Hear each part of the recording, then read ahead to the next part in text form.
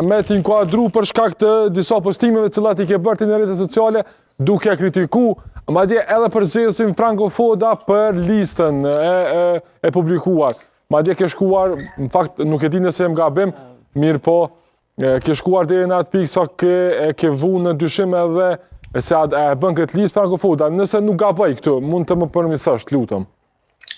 Mirë mbrëma gjithëve, ju faleminderit për ftesën, ju përshëndet gjithëve në studio. Për cjella deri tash se çau fol në studion e juaj. Mas paku kisha dëshirë të flas për ftesën e Meriton Korenicës, pasi që u bën një buje e madhe për mos ftesën e tina, kombëtare në Kosovës.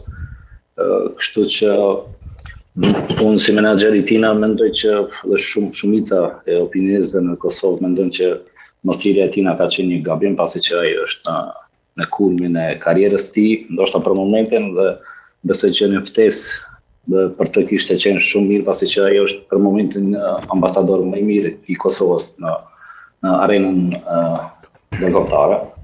Kështu vë më së miri dhe mendoj që tash kur fol për Korenicën je pak subjektiv në këtë aspekt. Kur e vlerëson Korenicën. Po nuk kisha dëshirë ta flas, pasi që jam të fol për klientin tim, kështu që parametrat dhe gjitha statistikat tregojnë që për momentin është ndër lojtarët më të mirë në gjithë Romaninë, jo vetëm tek ekipi i Kluxhit. Ka qenë 4 javë me radhë, ka qenë si lojtari i javës, i zgjedhur në Superligën e Romanisë dhe më së fundi ishte lojtari më i mirë në Romani.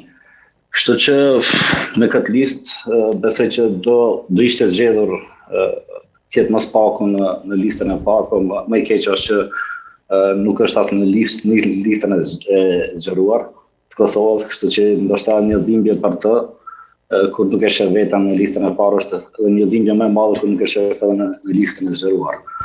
Kështu që parametrat flasin gjithçka, se ai ka shënuar në Angola dhe ka mbi 2400 minuta në ekipin e tij, dhe mendoj që për momentin Kosovës i duhen lojtar të tillë, të kalibrit të tillë, që ka eksperiencën më të mirë dhe minutat që ka në fushë. A ke bisedu me Korenicën? Si ka përjetuar këtë mos ftesë? Korenica është një djalë superior, domethënë ai gjithmonë ka marrë me sportivitet, ndonse ndonjëherë është zhgënjy, po gjithmonë e ka bërë në fushat që ka deshur ta tregoj në opinion, e ka bërë në fushë më së miri dhe është duke menaxhuar më së miri. Kështu që ai ka shënuar disa herë për Kluxhin, duke treguar se është në formën e tij më të mirë. Për momentin ndoshta ditën e përzgjedhjes apo ditën e shfaqjes së listës ai ka pas një shkënim, po besoj që atë do ta tejkalon pa problem dhe do vazhdoj ende më fuqishëm dhe më mirë në klubin e tij. Okej, Blendi